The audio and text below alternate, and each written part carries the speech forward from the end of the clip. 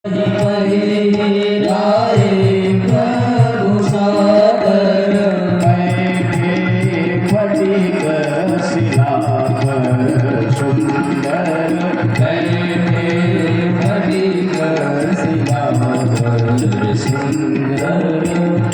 बार चित्रकूट में प्रभु राम अपने हाथों से मां जानकी का श्रृंगार करते हैं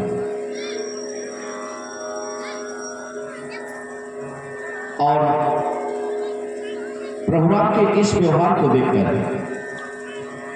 इंद्र के पुत्र जयंत को संदेह हो जाता है कि सभी इनको ब्रह्म कहते हैं, परंतु इनके जो क्रियाकलाप हैं वह तो ब्रह्म जैसे नहीं लग रहे। मुझे इनके बल की थाह लेनी चाहिए। इतना सोचकर वह कौवे का रूप धारण कर मां जानकी के चरण में प्रहार करके भाग जाता है। मां जानकी पहचान जाती है कि आप काक के रूप में जयंत है, परंतु वह जगत माता है और मां कभी अपने बच्चे का अहित नहीं चाहती, इसलिए वह शांत रहती है। मां के स्वभाव के बारे में जितना कहा जाए उतना कम है। मैं तो बस इतना ही कहना चाहूंगा, अगर मां ने ममता लुटाई न होती, अगर मां ने ममता लुटाई न होती, तो ममता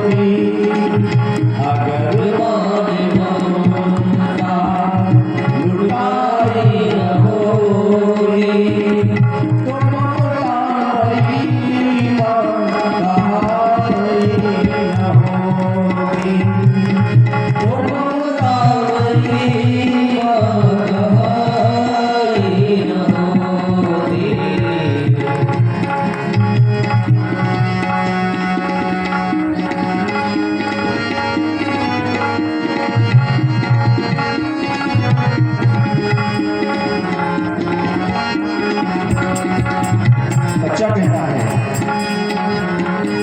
द्वारे पे आए हमको निहारो, द्वारे पे आए हमको निहारो, सोई हुई तकदीर संवारो, सोई हुई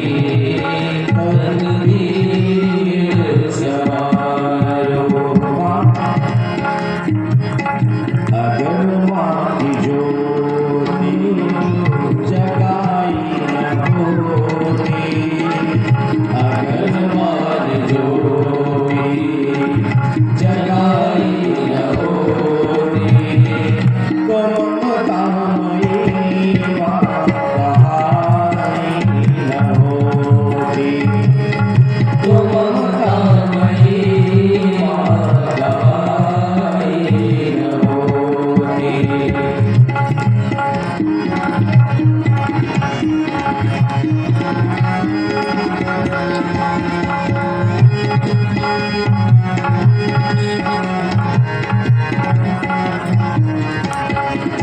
और चपास कहता है, मां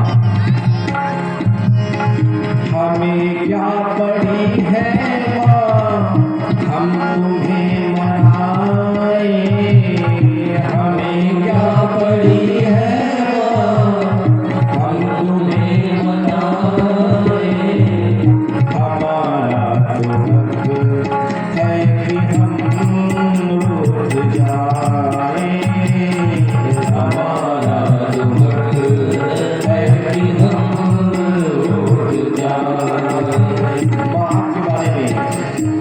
कहा गया है कि अगर माँ बनानी तो आई न होती, अगर माँ बनानी तो आई न होती, तो करुणामयी माँ कहाई न होती, तो करुणामयी माँ कहाई न होती, अगर माने ममता लुटाई न होती, अगर माने ममता लुटाई न होती, तो करुणामयी माँ कहाई न होती, तो करुणामयी माँ कहाई न होती।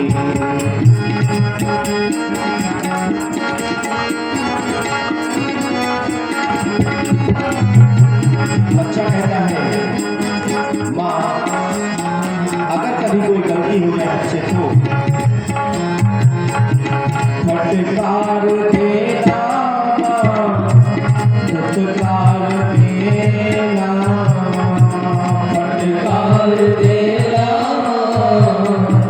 फटकार देना, मगर भोली माँ लाल को प्यार देना, मगर भोली माँ लाल को प्यार देना, अगर माने बिगड़ी बनाई न होती, अगर माने बिगड़ी बनाई न होती, तो ममता कई बार कहाई न होती, तो ममता कई बार कहाई न होती, अगर माने ममता लुटाए न होती, अगर माने ममता लुटाए न होती, तो करुणामयी माँ कहाई न होती, तो ममतामयी माँ कहाई न होती, कहाई न होती। जैसे ही जयंत ने माँ के चरणों में चोट से प्रहार किया तो माँ की गोद में प्रभु राम का सर था, और जब चरण से रुधिर की धारा बही तो वह धारा प्रभु राम को स्पर्श कर रही। राम जी उठे और सब कुछ जान गए। क्या जाने कि जयंत मेरे बल की परीक्षा लेने आया है। ठीक, मैं उसे बताता हूँ। और एक जिस खुश की चटाई पर भगवान बैठे हुए थे, उसी चटाई से दो डंडियां निकालते हैं। एक डंडी से धनुष का संधान और दूसरी डंडी से बाण का संधान करके जयंत के पीछे छोड़ देते हैं। जयंत तीनों लोग 14 भुवन में भटकता फिरता है, परंतु उसे कोई शरण नहीं देता। जिसे राम ने ही त्याग दिया हो उसे शरण कौन देगा? ना तो इंद्र के यहाँ शरण मिलती है, ना ब्रह्मा के यहाँ, ना शिव जी के यहाँ। तत्पश्चात संत का स्वभाव निर्मल होता है। कहते हैं घृत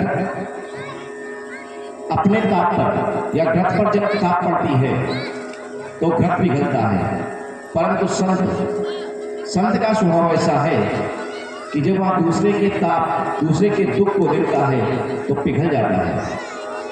मार्ग में जयंत को नारद मुनि मिलते हैं। नारद मुनि भागने का कारण पूछते हैं, जयंत बताता है। तब नारद जी कहते हैं, जिसे राम ने ही मारा भला उसे कौन बचाएगा, इसलिए तुम राम के ही शरण में जाओ। जयंत पुनः राम जी की शरण में आता है और राम जी माँ जानकी के कहने पर उसे क्षमा करते हैं, परंतु राम जी का बाण अमोघ है, निष्फल नहीं जाता। इसके लिए उस बाण से जयंत का एक नयन विहीन कर दिया जाता है, जयंत का एक आंख फोड़ दिया जाता है।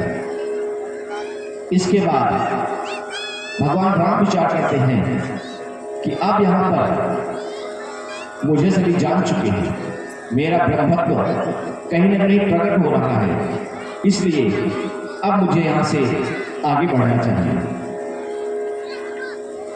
आज लगभग 12 वर्ष चित्रकूट में भगवान को रहते रहते व्यतीत हो गए और जयंत की घटना के पश्चात राम जी आगे की तरफ बढ़ते हैं। वहां से निकलकर राम जी अत्रि जी के आश्रम पहुंचते हैं। अत्रि जी राम जी की स्तुति करते हैं। आइए हम सभी भाव से राम जी की स्तुति करते हैं, तत्पश्चात अगले चरित्र की तरफ विस्तार करते हैं।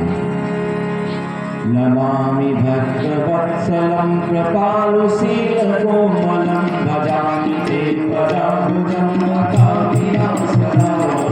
नमामि भक्तवत्सलं कृपालुशीलकोमलं भजामि ते पदाम्बुजं लताविलासदावनं। श्यामसुन्दरं भवामि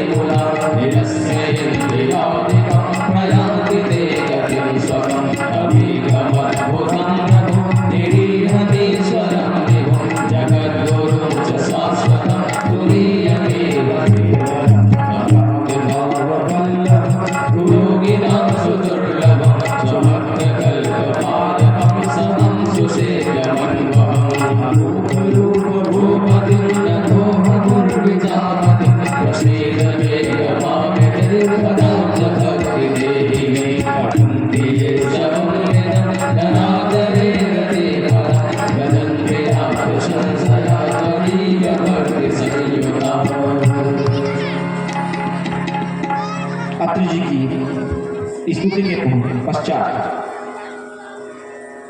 अत्रि जी भी राम जी के चरणों में अपनी प्रीति मांगते हैं। इसके बाद अनुसुईया जी और सीता जी में नारी धर्म के विषय में चर्चा होती है। अनुसुईया जी सीता जी को नारी धर्म की शिक्षा देती है। इसके बाद यह भी कहती हैं कि आज मैं नारी धर्म की शिक्षा दे रही हूं, यह जगत के लिए है, तुम तो पतिव्रता हो। पतिव्रता में वह शक्ति है कि अनुसुईया जी ने ब्रह्मा विष्णु महेश को अपने तप के बल पर जब वह परीक्षा लेने के लिए आए थे तो शिशुवत बना दिया था और ब्रह्मा विष्णु महेश की पत्नियां भी उनको पहचान न सकी। यह शक्ति है प्रतिगत धर्म। जो शिक्षाएं मां अनुसुईया ने सीता जी को दी, निष्कर्ष यही निकलता है कि पति कैसा भी हो, एक पत्नी को सदैव पति के अनुकूल रहकर आचरण करना चाहिए, उसकी सेवा करनी चाहिए। पत्नी के लिए यहां तक कहा गया कि वह किसी भी देवता की पूजा न करे, पति के वचनों पर, पति पर निष्ठा रखे, उसे सब कुछ इसी जन्म में प्राप्त हो सकता है। इसके बाद प्रभु राम आगे बढ़ते हैं। विराट का संहार, सुतीक्षण जी से मुलाकात और अगस्त जी के आश्रम पहुंचते हैं। मार्ग में अस्थियों का समूह एक जगह मिलता है। जब अस्थियों के समूह के बारे में मुनियों से राम जी चर्चा करते हैं तो सारे मुनि बताते हैं कि आप मुनियों के ही शव है, अस्थियां हैं। इस पर राम जी को आवेश आ जाता है और राम जी प्रतिज्ञा कर लेते हैं कि मैं जब तक इस धरती से असुरों का विनाश नहीं कर दूंगा तब तक धनुष बाण भूमि पर नहीं रखूंगा। अगस्त जी के जैसे भेंट के पश्चात गोदावरी तट पर पंचवटी में पहुंचकर राम जी, लक्ष्मण जी, सीता जी निवास करने लगते हैं। बगल में ही कुछ दूरी पर गिद्धराज जटायु जी रहते हैं, उनसे भी भेंट होती है। इधर जब तीनों पंचवटी में विश्राम करते हैं तो लक्ष्मण जी ज्ञान, विराग और माया के बारे में प्रश्न करते हैं। लक्ष्मण जी के इन प्रश्नों के उत्तर में भगवान सर्वप्रथम माया से उत्तर देना आरंभ करते हैं, क्योंकि ज्ञान हो जाने के पश्चात माया रहती ही नहीं। इसके बाद एक घटना घटती है कि अचानक वहां पर शूर्पणखा का प्रवेश होता है। प्रश्न उठता है, जहां पर सत्संग हो रहा हो वहां पर शूर्पणखा कैसे पहुंची? तो निष्कर्ष यह निकलता है कि परीक्षा हमेशा परीक्षार्थी की ही होती है। शूर्पणखा को यहां पर वासना की दृष्टि से देखा गया। मनुष्य के जीवन में, एक गृहस्थ के जीवन में जब भी कभी वासना प्रवेश करे तो उसे क्या करना चाहिए, या राम जी, लक्ष्मण जी और सीता जी के चरित्र से सीखने वाला है। शूर्पणखा जब पंचवटी पहुंचती है तो राम को देखकर मोहित हो जाती है और रुचि रूप, सुंदर रूप धारण करके वह राम जी के समीप आती है और राम जी से शादी का प्रस्ताव रखती है। इस पर राम जी, अब राम जी का व्यवहार देखिए। बात राम जी शूर्पणखा से कर रहे हैं, परंतु सीता ही चितई कही प्रभु बाता, सीता ही चितई कही प्रभु बाता, आई कुमार मोर अनुराधा, आई कुमार मोर अनुराधा। बात तो शूर्पणखा से हो रही है, देखा सीता जी की तरफ जा रहा है। कहने का तात्पर्य यह है कि एक गृहस्थी के जीवन में जब कभी भी वासना रूपी शूर्पणखा प्रवेश करना चाहे तो उसे सदैव अपनी अर्धांगिनी की तरफ ही दृष्टि करनी चाहिए, अन्यत्र नहीं। अब यहां पर जब राम जी के द्वारा लक्ष्मण जी के बारे में बताया गया कि अभी वो कुंवारा है, यहां पर फिर एक प्रश्न चिन्ह खड़ा कि लक्ष्मण जी की शादी हो चुकी थी तो राम जी ने कुमार शब्द का क्यों प्रयोग किया? एक तो बात यह है कि कुमार शब्द इसलिए प्रयोग किया गया कि जो करोड़ों करोड़ों कामदेवों को भी लज्जित करता है वह मेरा भाई भरत बैठा हुआ है। आप अपना प्रस्ताव उससे रखिए। दूसरी बात, साकेतवासी राजेश्वर आनंद जी एक वृत्तांत सुनाते हैं इस घटना पर कि राम जी झूठ नहीं बोले। वह कहते हैं कि श्याम गोपाल नाम के दो भाई थे। वह एक दुकान पर जाते हैं, उनके पास पैसे नहीं होते। अब इस घटना को सुनने के बाद देखना क्या श्याम के द्वारा झूठ बोला गया। जब दुकान पर पहुंचते हैं तो गोपाल का मन जलेबी खाने का हो जाता है, परंतु पैसे दोनों के पास नहीं होते। आपस में चर्चा होती है जलेबी कैसे खाई जाए। श्याम कहता है घर चलो, परंतु गोपाल नहीं मानता। गोपाल दुकान पहुंच जाता है और सेठ से कहता है जलेबी क्या हिसाब। सेठ कहता है 5 रुपए पाव। गोपाल कहता है 1 पाव निकाल दो। गोपाल को जलेबी मिल जाती है, गोपाल खाने लगता है। जब जलेबी समाप्त होने वाली होती है तो श्याम के मन में भी आता है कि जब गोपाल खा सकता है तो मैं क्यों नहीं, और बाद में जो होगा देखा जाएगा। श्याम भी दुकान पहुंचता है और सेठ से पूछता है जलेबी क्या भाव है। सेठ बताता है 5 रुपए पाव। तो श्याम भी कहता है 1 पाव निकाल दो। श्याम ने भी 1 पाव जलेबी ली। तब तक गोपाल जलेबी खा चुका था और दुकान से बाहर जाने लगा। इस पर सेठ कहता है पैसे। तो गोपाल कहता है मैंने पैसे दे दिए हैं। आपस में बहस होने लगती है। सेठ कहता है पैसे नहीं दिए, गोपाल कहता है पैसे दे दिए। भीड़ इकट्ठी हो जाती है आपसी द्वेष में, आपसी चर्चा में। तो लोग पूछते हैं कि जब तुम दोनों के मध्य लेन देन हुआ तो क्या कोई था। लेकिन इसके पहले एक घटना और घटती है। जब दोनों में विवाद होता है तो श्याम भी कह देता है कि सेठ जी हमारे पैसे न भूल जाए। अब सेठ को थोड़ा संदेह होता है, लेकिन सेठ मन में सोचता है कि एक ने नहीं दिया तो दूसरे को दिया होगा। हाँ बोलता है हाँ तुम्हारे पैसे याद है। इधर जब भीड़ इकट्ठा होती है, साक्ष्य मांगे जाते हैं, तो सेठ बोलता है श्याम सामने था।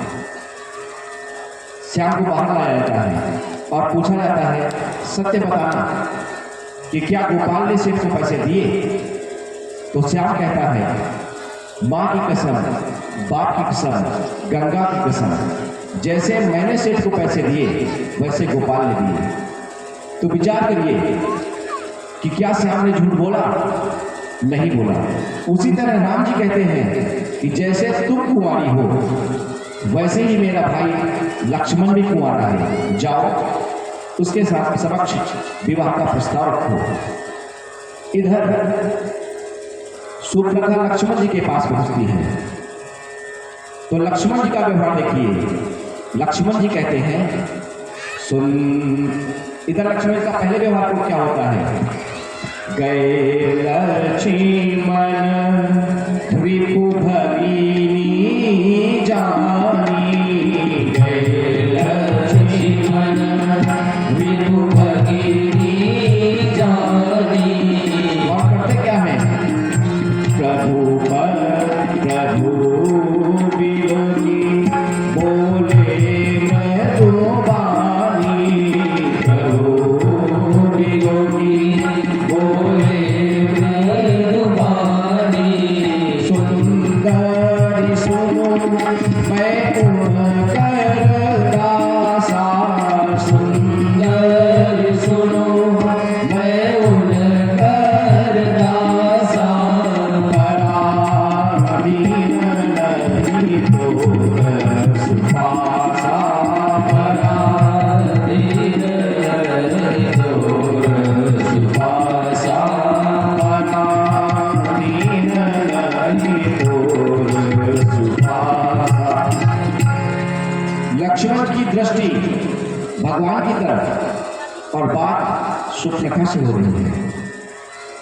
यहाँ पर लक्ष्मण जी के व्यवहार से यह शिक्षा मिलती है कि हमारे जीवन में या दास के जीवन में, सेवक के जीवन में अगर कभी शूर्पणखा रूपी वासना प्रवेश करे तो उसको भगवान की तरफ देखना चाहिए। सारे विकार भगवान से ही निकले हैं, इसलिए भक्त का भाव यही होना चाहिए कि जहां से आपकी उत्पत्ति हुई है आप उसी के पास जाएं। हमारे पास कुछ भी संभव नहीं, क्योंकि मैं उनका दास हूं। और यही चीज लक्ष्मण जी यहाँ पर कर रहे हैं। इसके बाद जब बार बार इधर उधर से शूर्पणखा ठुकराई जाती है तो वह अपने वास्तविक रूप में आ जाती है। वासना होती ही ऐसे है। वासना क्षणिक सौंदर्य वाली होती है, और जब वासना पूर्ति नहीं होती या पूर्ति हो भी जाती है तो वासना का वास्तविक स्वरूप पूर्ति ना होने पर मनुष्य अंधा होता है, और पूर्ति हो जाने पर वासना की सच्चाई मनुष्य को प्राप्त होती है। इसके बाद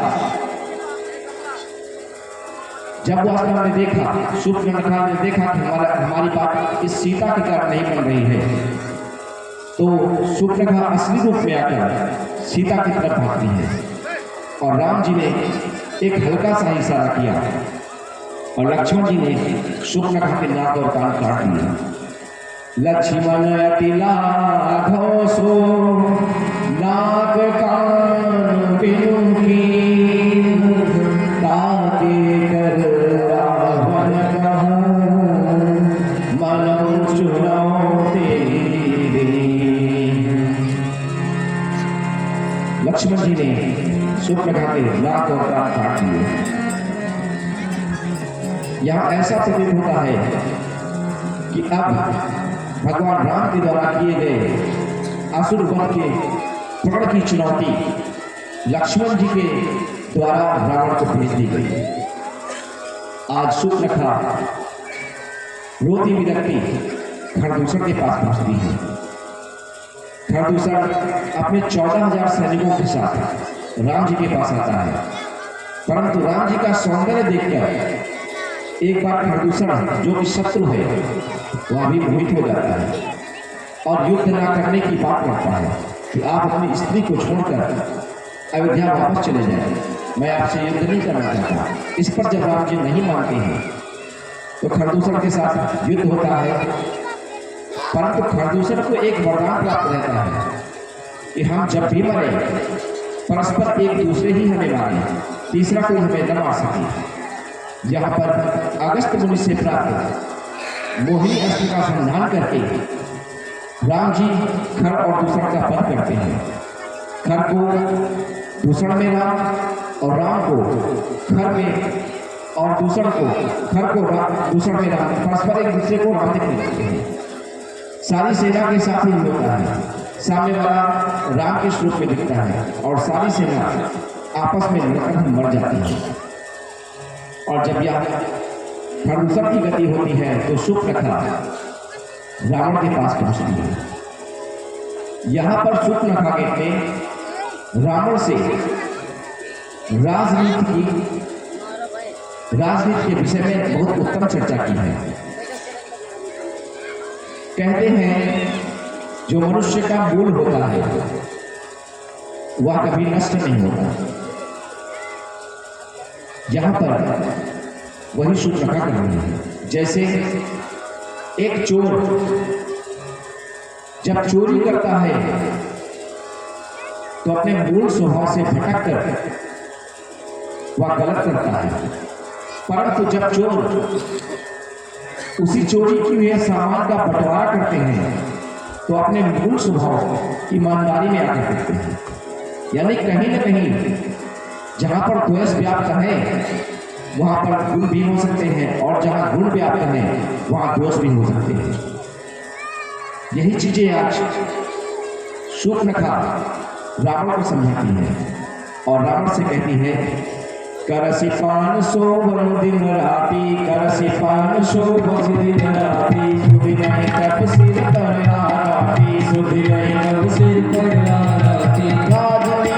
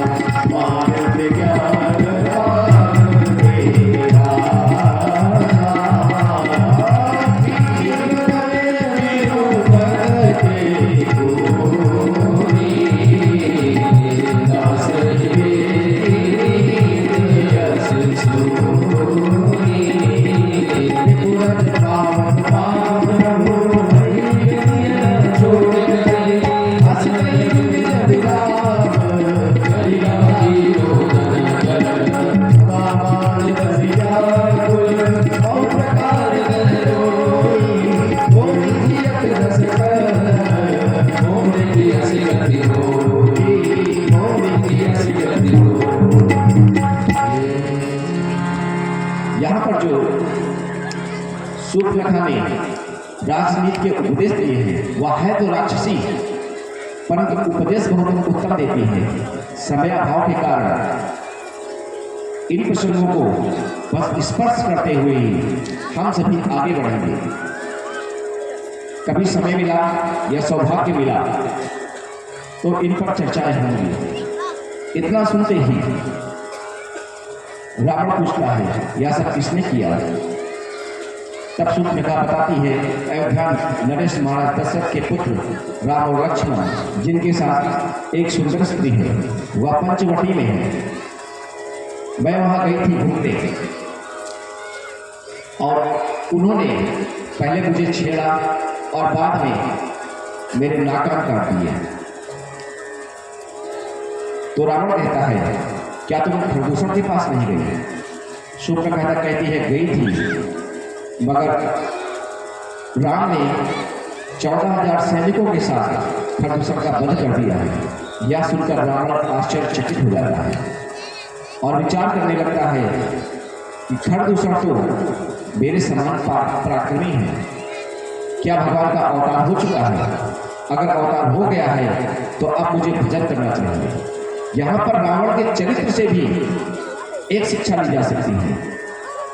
रावण माला लेकर बैठता है परंतु माला फेर नहीं पाता और कहता है होई भजनो न तामस देहा, होई भजनो न तामस देहा, मन वचन मंत्र देहा,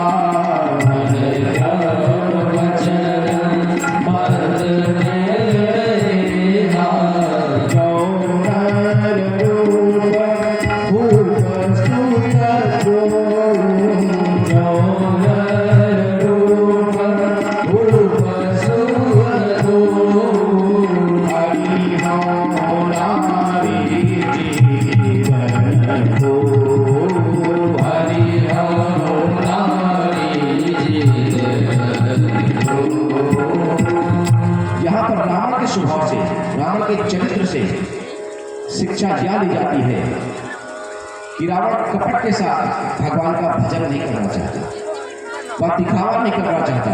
रावण माला लेकर बैठता है परंतु जब भजन नहीं बनता तो माला छोड़ देता है।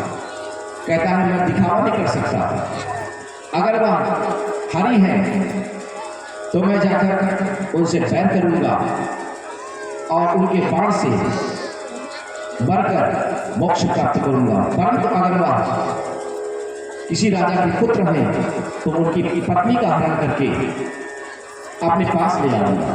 यह विचार करके रावण यहां से चलता है। भगवान राम के लिए कहा गया है कि वह शत्रुओं के मन की बात भी रखते हैं। आज रावण के मन में यह एक विचार है कि अगर वह राजकुमार है, किसी राजा के पुत्र है, तो मैं उनकी पत्नी का हरण करके लंका ले आऊंगा और अगर वह युद्ध करेंगे तो दोनों को परास्त कर दूंगा। और राम जी ने लीला भी ऐसी रची कि रावण राम की लीला में मोहित हो गया। रावण मारीच के पास जाता है, मारीच से मृग बनने के लिए कहता है, मारीच तैयार हो जाता है। यह प्रसंग मैं कल कह चुका हूं, इसलिए पुनः इसमें प्रवेश नहीं करूंगा। तत्पश्चात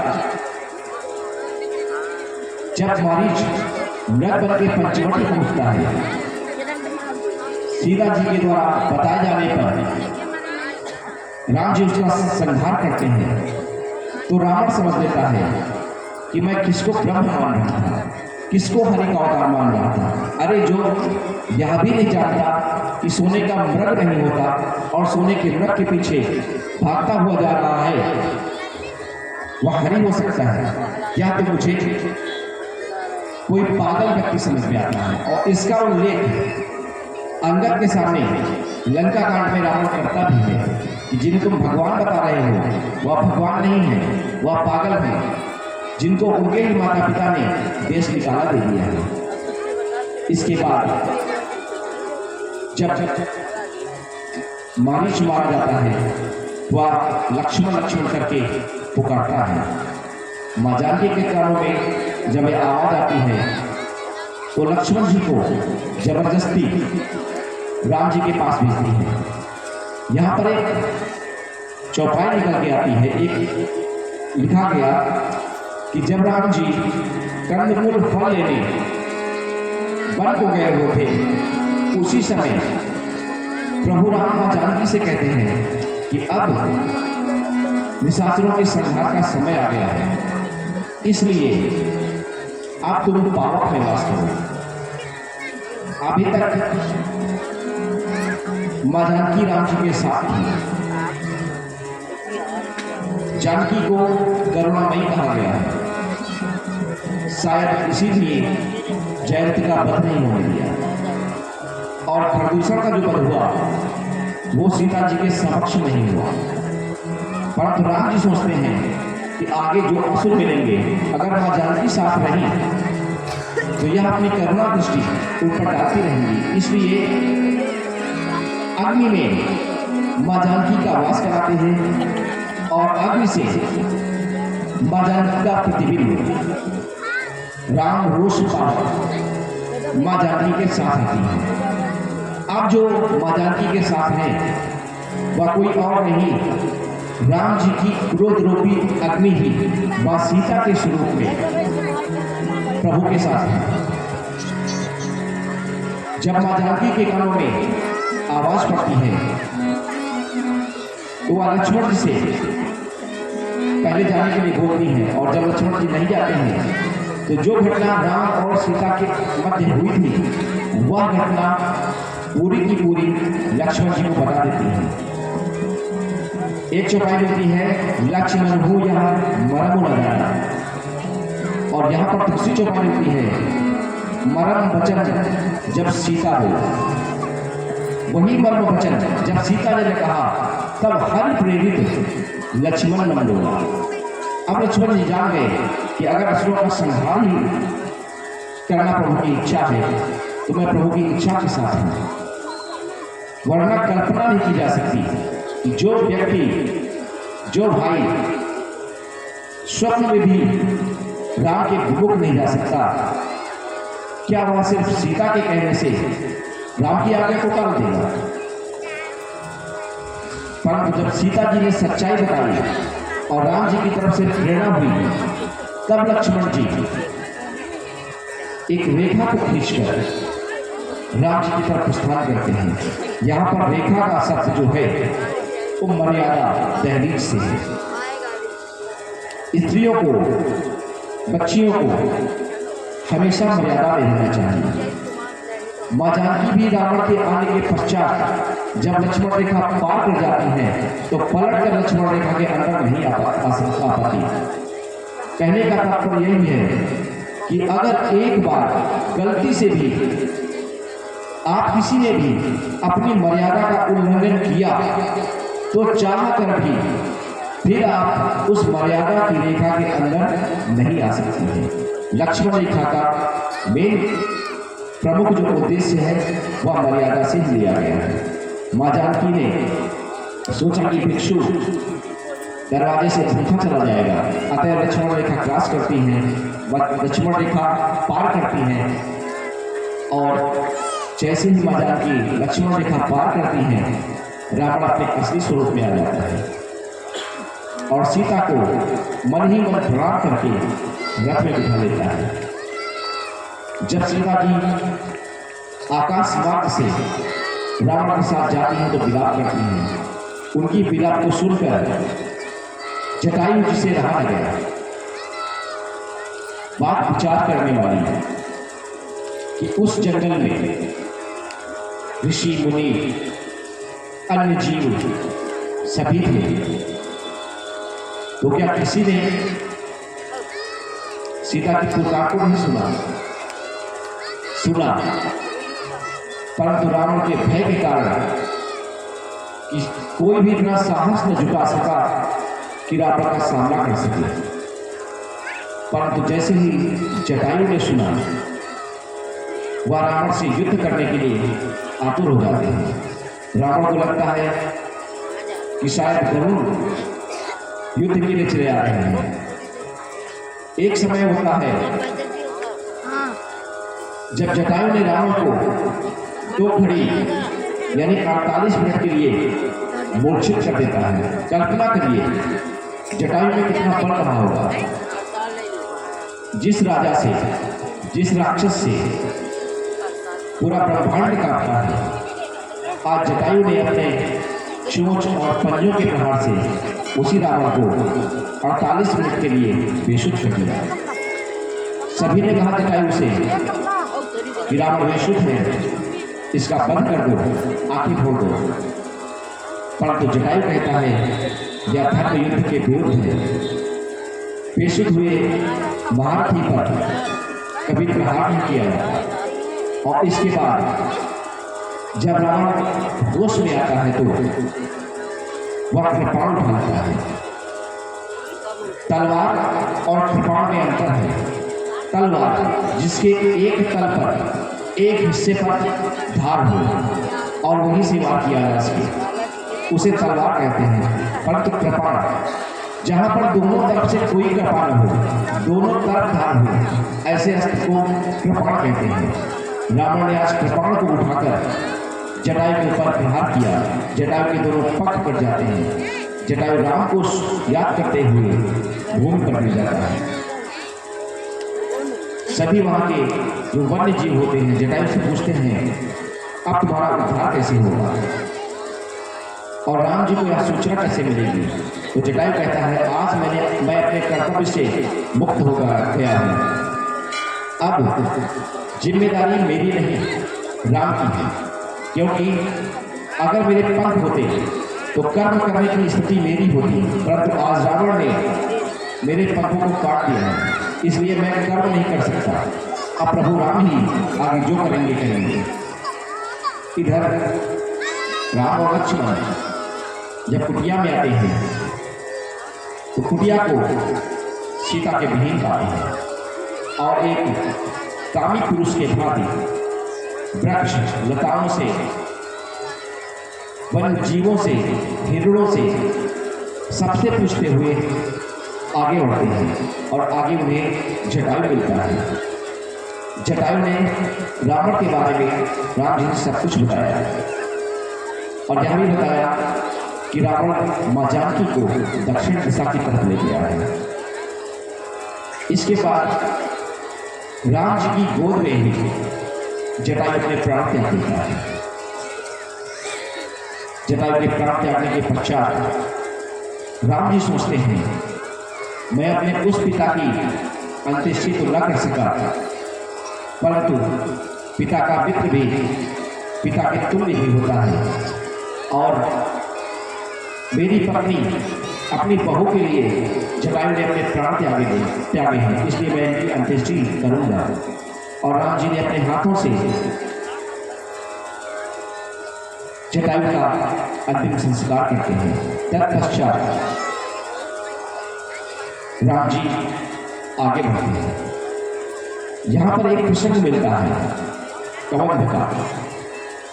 इस प्रसंग को लेकर कई लोगों के मन में शंकाएं बनी रहती हैं कि यहाँ पर जो तुलसीदास जी ने लिखा वह बहुत ही गलत लिखा,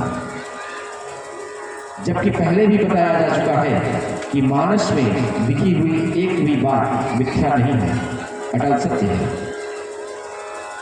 कौंध इतना ब्रह्मद्रोही था कि उसने अपने शरीर में ही सर को नहीं रखा था। विचार करके देखना, भगवान के स्वरूप से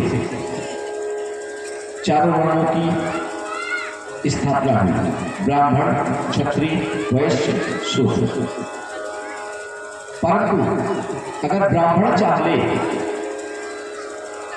कि मैं शूद्र को हटाकर ऐसे ही जीवन जी लूंगा तो क्या यह संभव है? नहीं। आज की राजनीति ने वर्ण व्यवस्था को कलंकित किया है, परंतु वर्ण व्यवस्था भगवान की बनाई हुई है और एक सुचारू रूप से समाज को चलाने वाली व्यवस्था है। कांची मठ के शंकराचार्य जी खुली चुनौती देते हैं सरकार को भी और सारे संसाधनों को भी कि अगर आप में हिम्मत है, साहस है, तो वर्ण व्यवस्था के विरुद्ध जाकर अपना कार्य निर्वाह करके दिखाएं। राजनीति वर्ण व्यवस्था का विरोध कर रही है, परंतु किसी भी सरकारी कार्यालय में आप जाएं तो पद 4 ही मिलते हैं। कोई प्रबंधक होता है, कोई बाबू होता है, कोई अन्य कर्मचारी होते हैं और चतुर्थ श्रेणी में चपरासी। यही व्यवस्था हमारे यहाँ की उनकी खुली चुनौती है। इन चारों संसाधनों को हटाने के बाद अगर आप कोई भी व्यवस्था सुचारू रूप से चला लें तो मैं कहूँगा कि भगवान की बनाई हुई वर्ण व्यवस्था मिथ्या है। नहीं तो मेरा कहना यही है कि आपने सिर्फ स्वरूप पकड़ दिया है, राजनीतिक लाभ के लिए वर्ण व्यवस्था को कलंकित किया है और उसी वर्ण व्यवस्था से राजनीति, सरकारी संस्थान, प्राइवेट संस्थान, यहाँ की घर भी चलता है, सिर्फ और सिर्फ राजनीतिक लाभ के लिए। और यहाँ पर कबंध क्या करता है, इतना ब्राह्मण विरोधी कि अपना सर ही रखना नहीं चाहता। तो कबंध के लिए यहाँ पर जो चौपाइयां प्रयोग की गई हैं तो कबंध जैसे व्यक्तियों के लिए है जो समाज में ब्राह्मणों को देखना ही नहीं चाहता, यानी कि अपने सर को ही नहीं रखना चाहता। प्रत्येक मनुष्य के शरीर में 4 वर्ण विद्यमान है, ब्राह्मण, क्षत्रिय, वैश्य, शूद्र। अभी जो पहले बात हो रही थी, ईश्वर सिर्फ और सिर्फ नाम या नाम ही बदला गया। व्यासपीठ से कहना नहीं चाहूंगा, परंतु अपने यहाँ हिंदी में जिसे हम सफाई कर्मचारी कहते हैं और अपने धर्म में जो सफाई कर्मचारी थे या है, वह अपना कार्य करने में राजनीतिक लोगों के द्वारा भड़का जाने के बाद कहते हैं कि मैं यह कार्य नहीं करूंगा, मुझसे सभी की सेवा या सभी की गंदगी साफ कराई जा रही है। अब देखना, सिर्फ नाम बदलता है। सफाई कर्मी की नौकरी कोई नहीं करना चाहता, परंतु स्वीपर की नौकरी के लिए मैंने देखा है दिल्ली जैसे शहर में ब्राह्मण पुत्र भी शौचालय साफ कर रहे हैं। नाम सिर्फ बदला, कर्म तो यही है। यही व्यवस्था राजनीति की है कि तुम्हें तुम्हारे निज धर्म से भटका कर कराएंगे वही, परंतु अपने राजनीतिक लाभ के लिए। विचार करना, प्रत्येक मनुष्य के शरीर में सर ब्राह्मण, कंधे क्षत्रिय, पेट चंझाएं वैश्य और पैर शूद्र सेवक। शूद्र का मतलब गलत नहीं होता, जो सबके भार को उठाता हो उसे सेवक कहते हैं, शूद्र कहते हैं। कल्पना करिए कि क्या शरीर को सर के बिना चलाया जा सकता है? नहीं। क्या शरीर को हाथ के बिना चलाया जा सकता है? नहीं। क्या शरीर को पेट के बिना चलाया जा सकता है? नहीं। और क्या शरीर को पैर के बिना चलाया जा सकता है? नहीं। अब चारों की प्रत्येक शरीर में ब्राह्मण की स्थिति देखिए, क्षत्रिय की स्थिति देखिए, वैश्य और शूद्र की स्थिति देखिए। प्रत्येक मनुष्य के शरीर में जो विचार करने का सामर्थ्य है वह सर को ही है। और अगर तिलक कहीं लगाया जाता है तो वह किसी भी वर्ण से हो, सर में ही लगाया जाता है। तो सम्मान विद्वता का ही होता है। दूसरी बात आती है क्षत्रिय की। क्षत्रिय का कार्य है समाज की रक्षा करना। इस शरीर में जब भी कोई प्रहार होता है तो हाथ ही आगे आते हैं। यहाँ तक कि अगर हाथ 10 जगह से टूट भी गया हो और कोई पैर में, सर में या पेट में प्रहार करता है तो हाथ ही आगे बढ़ते हैं। अब बात आती है वैश्य जी, गुप्ता जी। गुप्ता जी की गुप्त फैक्ट्री पेट में चलती रहती है और तीनों वर्णों का, शूद्र, क्षत्रिय, ब्राह्मण का पोषण करती है। अगर गुप्ता जी की फैक्ट्री बंद हो जाए तो शरीर का संचालन नहीं हो सकता। अब सबसे अहम बात, सेवक जिसने तीनों वर्णों का भार अपने सर पर उठा रखा हो, धन्य है वह सेवक। इसीलिए हमारे यहाँ तिलक तो सर पर किया जाता है, परंतु अगर किसी का सर झुकता है वह चरणों में ही झुकता है। आज के 2 सदी पहले अगर चले जाए, जब इसे इतनी विषैली राजनीति नहीं थी या जातिवाद नहीं था या छुआछूत भी नहीं थे जो आज समाज में व्याप्त है। अरे जिस संस्कृति में पैर शूद्र ही छुए जाते हैं वहां पे शूद्र अछूत कैसे हो गया? कर्म अगर आपके सही हैं तो आप पवित्र हैं, और कर्म अगर आपके सही नहीं है तो क्यों ना आप ब्राह्मण हो, आप पवित्र नहीं हैं। उत्तरकांड में राम जी ने कहा भी है कि जिनके हृदय में मेरी भक्ति है वह पूजनीय है, और जिनके हृदय में मेरी भक्ति नहीं है वही नीच प्राणी है। निष्कर्ष यही निकल के आ रहा है कि हम भटक तो गए हैं, लेकिन हमारे समाज में सभी एक हैं, सभी एक दूसरे का पोषण करते हैं। ब्राह्मण अपने स्थान पर, क्षत्रिय अपने स्थान पर, वैश्य अपने स्थान पर, शूद्र अपने स्थान पर। कल्पना करिए, अपने समाज में सबसे निम्न जाति धोबी वर्ग की मानी जाती है, और विवाह संस्कार में वही धोबी आगे सौभाग्य प्रदान करता है, सौभाग्यवती कन्या को सुहाग देता है। बसंत पंचमी के दिन भी वही धोबी आंगन में बिठाया जाता है जिसकी पूजा सुहागिन औरतें करती हैं। कर्म के अनुसार मनुष्य थोड़ी देर के लिए छूत अछूत हो सकता है, परंतु जब व्यवहार की बात आती है तो अशुद्धता त्याग दी जाती है।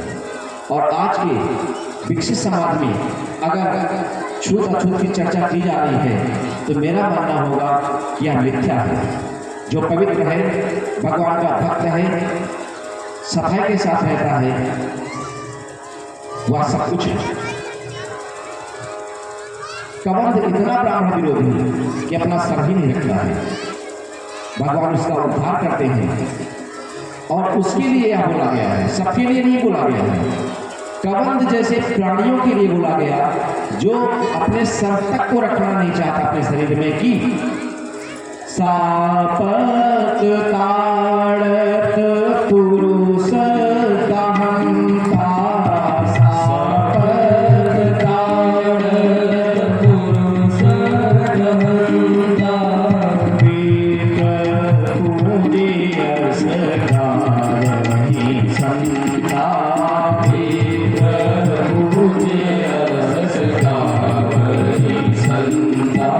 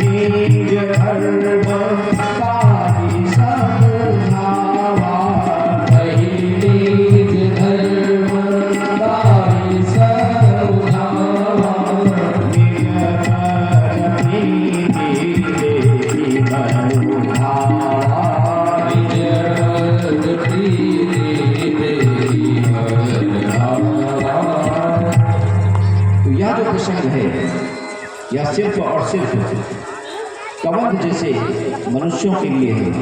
यह प्रसंग भारतीय समाज में सभी वर्णों पर प्रभावी नहीं होता। अगर प्रभावी होता तो इसके बाद जो राम जी ने कार्य किया वह न करते। अब राम जी क्या कर रहे हैं? ताहि देत गति राम उदारा सगरी के आश्रम पर उधारा सगरी के आश्रम पर उधारा। मां सबरी पूर्व जन्म की रानी थी। उनकी कथा आज मैं नहीं कहूँगा, बस इतना समझ लीजिए। पूर्व जन्म की रानी की कुछ मर्यादाएं होती हैं। उन मर्यादाओं के कारण रानी ने आत्महत्या कर ली और भगवान से विनती की कि मुझे ऐसी मर्यादाओं में रहना जो भगवान की भक्ति से भी दूर करे। इसलिए भले ही मुझे किसी नीच कुल में जन्म दे देना, परंतु जहाँ पर मर्यादाएं निभाई जा रही हो वहाँ जन्म दे देना। इसी के फलस्वरूप मां सबरी का जन्म सबर जाति में, भील जाति में होता है। बचपन से ही भगवान के प्रति लगाव, और जब भगवान के प्रति बच्चे का लगाव होता है तो परिवार वालों की एक ही सोच होती है, विवाह कर दिया जाए तो इसकी मनस्थिति बदल जाएगी। परंतु भगवान ने ही जिसको बना के भेजा हो उसकी मनस्थिति नहीं बदली जा सकती। आज यही गति सबरी की है। सबरी के घर में विवाह की तैयारियां होती हैं। बलि देने के लिए, भोजन के लिए अनेक पशु आते हैं। सबरी माँ से पूछती है कि आज मेरा श्रृंगार क्यों किया जा रहा है और ये पशु क्यों आए हैं। सबरी की माँ बताती है कि आज तुम्हारा विवाह है और यह पशु भोजन के लिए आए हैं, इनको मारकर भोजन बनाया जाएगा। सबरी सोचती है जिस विवाह में अनेक पशुओं का बलिदान हो जाए उस विवाह से मेरे दाम्पत्य जीवन में मंगल कैसे हो सकता है। और वह उसी समय घर को छोड़ देती है और जंगल चली जाती है। सबर जाति में जन्म लेने के कारण जंगल में ऋषि मुनियों के आश्रम में प्रवेश नहीं कर पाती, परंतु मतंग नाम के ऋषि उसकी सेवा से प्रसन्न होकर उसे अपने आश्रम में प्रवेश देते हैं। यहाँ पर नाम का बहुत बड़ा महत्व होता है, पहले भी बताया जा चुका है। मतंग हाथी को कहते हैं।